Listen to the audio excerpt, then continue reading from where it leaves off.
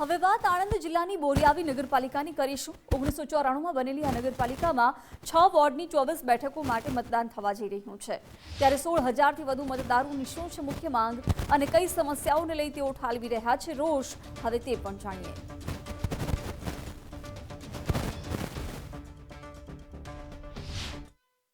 આણંદ જિલ્લાની બોરિયાવી નગરપાલિકાના મતદારો અહીંના સ્થાનિક લોકો અમારી સાથે છે, એમની સાથે વાત કરીએ। તમારું નામ શું છે? બોરિયાવીમાં ઇલેક્શન છે, ગણતરીના દિવસો બાકી રહ્યા છે, કેવો માહોલ છે, શું લાગે છે, ખરેખર કામો થયા છે કે કેમ? મારું નામ ધવલ ગિરીશભાઈ જોશી। બોરિયાવી નગરપાલિકામાં કોઈ કામ અત્યાર સુધી થયેલ નથી। ભ્રષ્ટાચારમાં ત્રણ ટર્મથી 15 વર્ષથી નગરપાલિકા ગળાડૂબ છે। કોઈ બી પાયાની સુવિધા ગામમાં મળેલ નથી। સૌથી મોટામાં મોટો પ્રશ્ન બોરિયાવી નગરપાલિકામાં વેરાનો છે, ઘર વેરાનો, જે આજુબાજુની કરમસદ છે, વિદ્યાનગર છે, આણંદ છે, એ બધી નગરપાલિકા કરતાં વધારે છે। અને અમે એવું ઈચ્છીએ છીએ કે અમને એવો ઉમેદવાર મળે કે જે અમારી રજૂઆતો સરકારશ્રીમાં કરી શકે અને સરકારશ્રી તરફથી આવતી સહાયતાઓની અમને સમજણ પાડી શકે। તમારું શું નામ છે? અને અહીંની સ્થાનિક પરિસ્થિતિની વાત કરું તો ક્યાં વિકાસ અટવાઈ ગયેલો તમને લાગે છે? અમે તો એવું કહીએ ગામમાં સારો એવો વિકાસ થાય, એવા ઉમેદવારો આવે તો સૌથી સારું છે।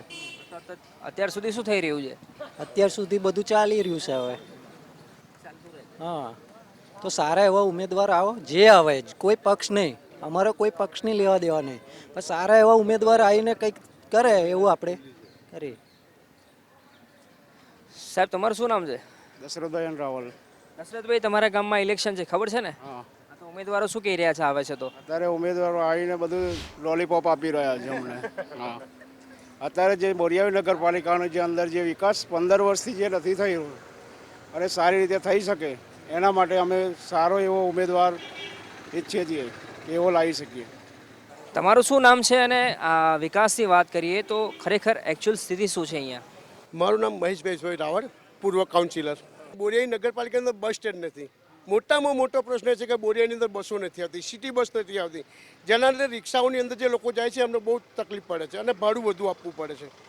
પ્લસ બીજી એક વાત કહું કે બોરિયાવી નગરપાલિકા જે છે એ નગરપાલિકાની અંદર જે ચૂંટાઈને આવે છે એ લોકોને એવું લાગે છે કે બોરિયાવી નગરપાલિકા એ પૈસા કમાવાનું એક મશીન છે અને લોકો એવું જ કરી રહ્યા છે। જે આવે છે કશું હોતું નથી ને પછી ગાડીઓના માલિક બની જાય છે અને પૈસા જ કમાઈ લે છે। કમિશન લેતા હોય, શું લેતા હોય તો આપણને ખબર નથી, પણ એ રીતના ચાલ્યા કરે છે। મારો મતલબ એવો છે કે કોઈ બી ઉમેદવાર જીતીને આવે, ભારતીય જનતા પાર્ટીનો આવે, કોંગ્રેસનો આવે કે કોઈ બી ઉમેદવાર આવે, એ ઉમેદવાર આવે અને એવો આવવો જોઈએ કે બોરિયાવી ગામનો સારો વિકાસ થાય। કાકા, મને એ ખબર ના પડી, તમારી વોર્ડ છે, 6 વોર્ડ છે ને? હા, 6 વોર્ડમાં એક વોર્ડમાં 4 ઉમેદવાર, બરાબર?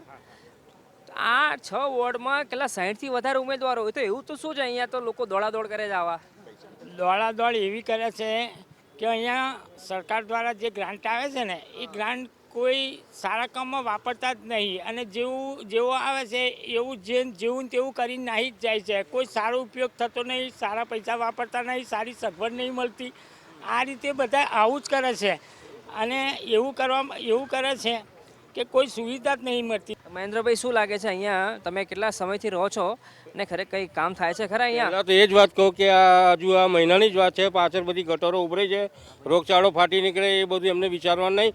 કેટલી વાર કહ્યું, રજૂઆત કરી તો સાફ કરાવીને પછી પાછું ફરી તૂટી જાય છે, ફરી સાફ કરાવે ફરી તૂટી જાય છે, ફરી ખાબડા ભરાય છે। આનો બધા કોઈ વિકાસ જેવું કશું લાગતું જ નહીં, કોઈ છે જ નહીં, કોઈ વિકાસ જ છે, બધા પૈસા કઈ જાય છે શું છે। ધન્યવાદ અમારી સાથે વાત કરવા બદલ। તો આ હતા બોરિયાવીના સ્થાનિક લોકો, તેમની પાસે વાત કરીને જાણવાનો પ્રયાસ કર્યો શું છે એની સમસ્યા અને શું ઈચ્છી રહ્યા છે તેઓ આવનારા ઉમેદવારો પાસે। કેમેરા પર્સન વિજુ પરમાર સાથે અર્પિત દરજી, ગુજરાત ફર્સ્ટ, બોરિયાવી, આણંદ।